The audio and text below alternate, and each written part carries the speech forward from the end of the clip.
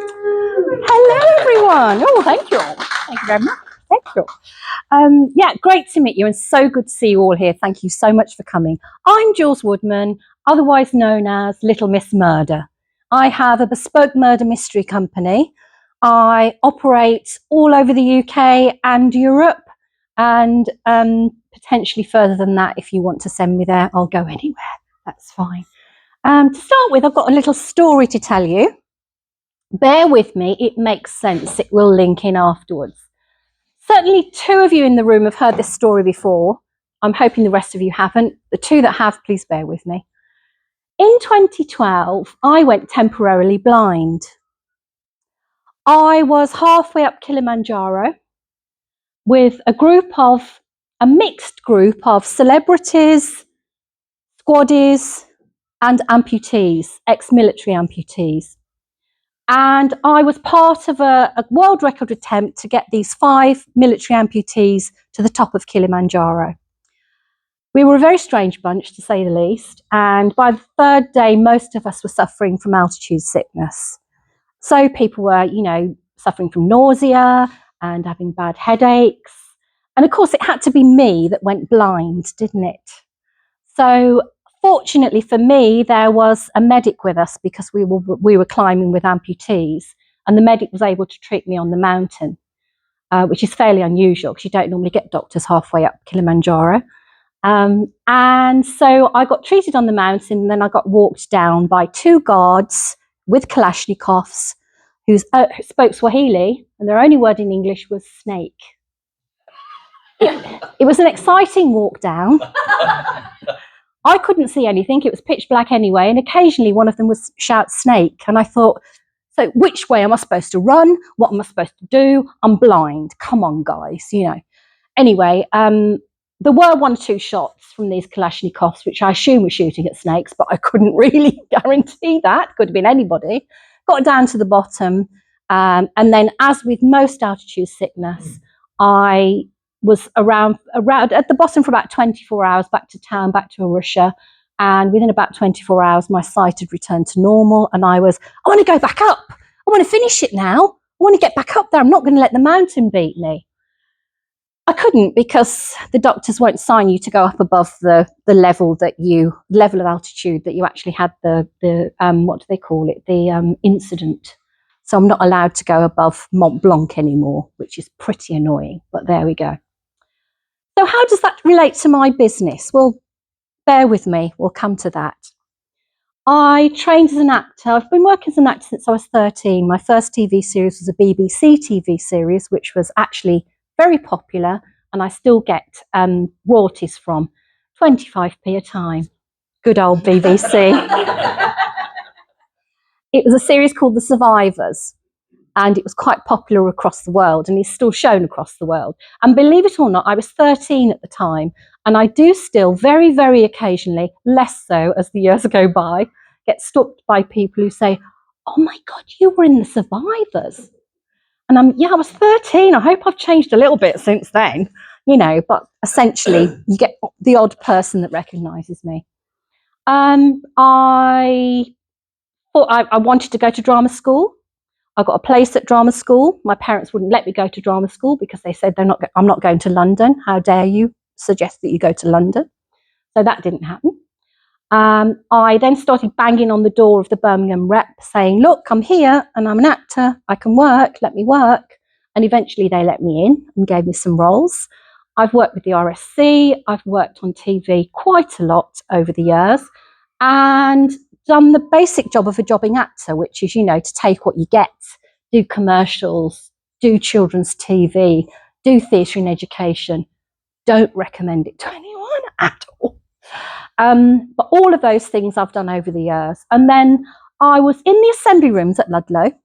At the time, I was part-time lecturing at Ludlow College on the drama course. And I was kind of the industry expert. So I was giving them some real life, this is the way acting works kind of education. And we were doing a show. And then a few weeks after or a few weeks before, I can't quite remember, Carl was in there doing a show. He was doing the Ludlow Amdram show. Nobody wants to see that, Carl. And neither of us had got enough mics. So we got together. Someone said, oh, you need to speak to Carl. And they said to her, you need to speak to Jules. We got together and we decided to share time mics. And it was literally a conversation that lasted about 15 minutes. And he said, who are you? And I said, oh, this is me. And I said, who are you? And he said, this is me. And he said, what are you going to do? And I said, what do you do? What are you doing now? And I said, well, I'm thinking of starting a small theatre company in Ludlow. And Carl said, yeah, that sounds good. I'll do that with you if you like. So we started a theatre and film company. And from that, the very first murder mysteries that I ever did sort of came into being. We were asked by several local pubs and hotels and places like that if we'd do a murder mystery. Now, as an actor, as a trained actor, because I did train, by the way, I did go to Central in the end. When my mum couldn't tell me I couldn't go anymore, I went and I trained. So as a trained actor, everyone's a bit sniffy about murder mysteries. It's a bit, it's a bit Amdram, isn't it, and all that. It really isn't, but that was the perception. And that was my perception at the time. And I thought, okay, if we have to do one. Carl was probably even less enthusiastic than I was, as I recall. Look surprised. But we did. We had some great fun actually writing several murder mysteries and performing them. And that was kind of it, really. Work evolved. We did all sorts of other things. And then Apple Tree got shelved and we went in to become Wild Edric. And at the time, we were still business partners when Wild Edric first started. And it became pretty obvious quite soon that the filming aspect of Wild Edric was the most profitable. And the acting, real person aspect, not quite so much. And I was missing actually acting. I was missing being on the shop floor and doing that. I didn't like being the boss and, telling everyone what to do, although I'm quite good at it, obviously. So we decided I left the business and I decided to carry on with my stuff, and Wild Edric carried on, and you know the rest of that story. At least you might, at a future meeting, perhaps know more about that story. But I went off and I went back into my acting full time. No one, unless you're Judi Dench, gets to act full time. You always do lots and lots and lots of other jobs. I've worked bars. I've done all. Believe it or not, back in the day, I used to dance on bars. Yeah, I've done all of that kind of malarkey. I was fully clothed at the time. Thank you very much. But yes, all of that kind of thing. So I think it was probably about 13, 14 years ago. So after everything had happened, I was asked by a friend if I'd write a murder mystery for her sister's birthday party. And I said, yeah, of course I will. So did that. Thought, oh, I've got to do it on my own this time. Oh no. But got on with it, wrote it, performed it. It all went well. And then various things happened and it sort of evolved, and I was being asked to do more and more of these type of events. But they were always a little bit, that it's a lot of work for one night. And they were always a little bit, I felt, the audiences always felt they were great, but I always felt they were a bit, that could be better. I could have done that better if I had more time and all this kind of thing. So I more or less shelved it. And then COVID hit. And of course, with COVID, everybody went online. So I got a telephone call from a friend of mine, a fellow actor, who said, you've done some murder mysteries, haven't you, Jules? And I said, yeah, quite a few years ago now, but yeah, I have. And she said, well, I work for a company, a national company, who want to do murder mysteries on Zoom.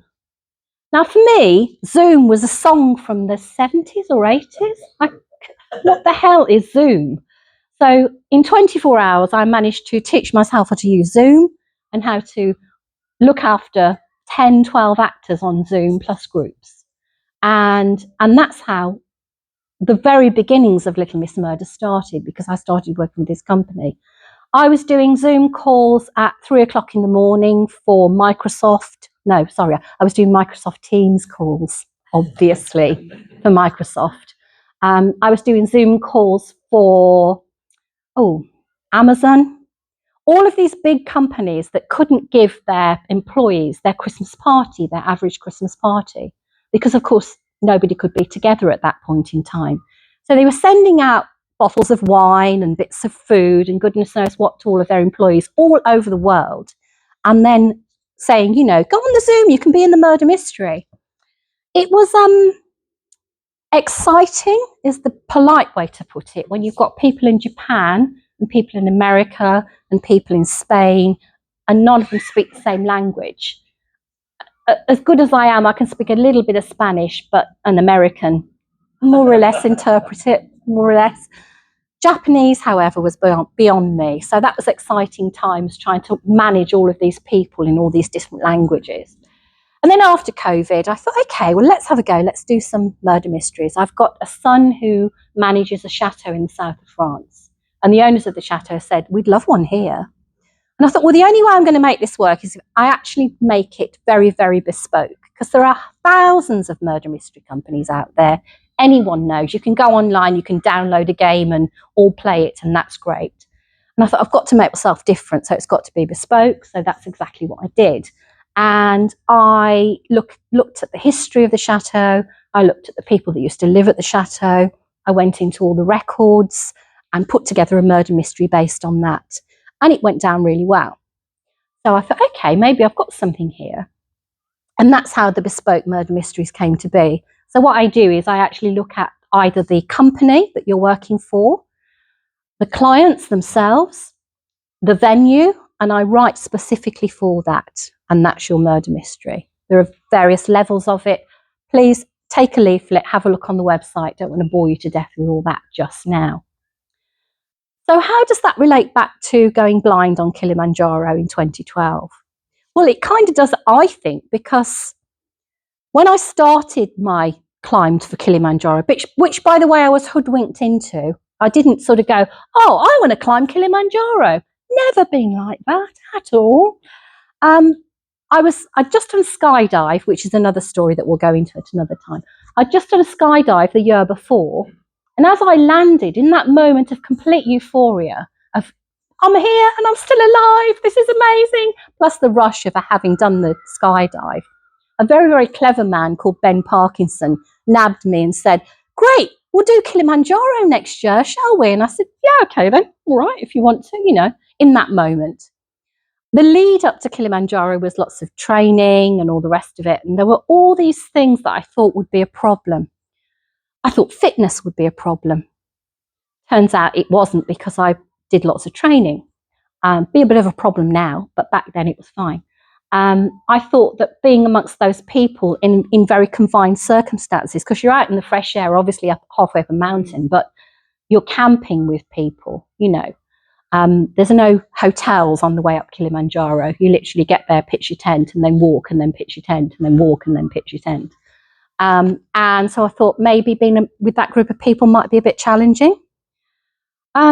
Yeah, all sorts of things, not least of which was whether I got the right shovel to dig the hole to do what we all have to do. Blank faces? Me shit shovel, people. And that, I thought that's going to be a massive challenge. Oh my God, you know, I've got to go and find somewhere and dig a hole and make sure there's no one else there, and, you know, and all those things. All of those challenges you manage to overcome quite quickly. You kind of set yourself up for them. You prepare. You think about how you might deal with it when it happens. Much the same way as we do when we've got small businesses. We have to prepare. We have to think about how these challenges are going to come up, when they're going to come up, how we're going to overcome them, in much the same way. And then you go blind, and it's that curveball.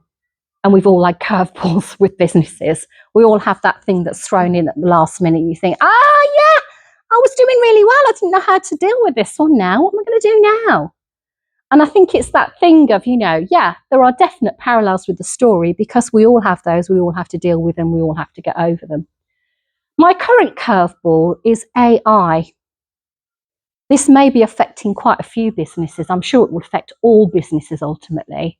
But as a performance-based business, AI is a massive, I'm not going to say problem, because I don't think it should be, but it's a massive whole other concept to deal with and to get your head around. So at the moment, as far as Little Miss Murder goes, that's something I'm doing quite a lot of work on and research into in order to incorporate it into my business and therefore not get left behind. So my word for the year, I don't know whether you do words for the year. Does anyone do words for the year? No? Okay, I do a word for the year. And my word for this year for the business is innovate. And that's my goal. I need to keep telling myself every time I make a meeting or write something or discuss with people, I'm keeping innovate in my head, not get dragged back into 5 actors turn up and we all go, la, la, la, la, la, he did it. That's great. And there's still a place for that. But we need to develop on from that. And that's me. Thank you very much.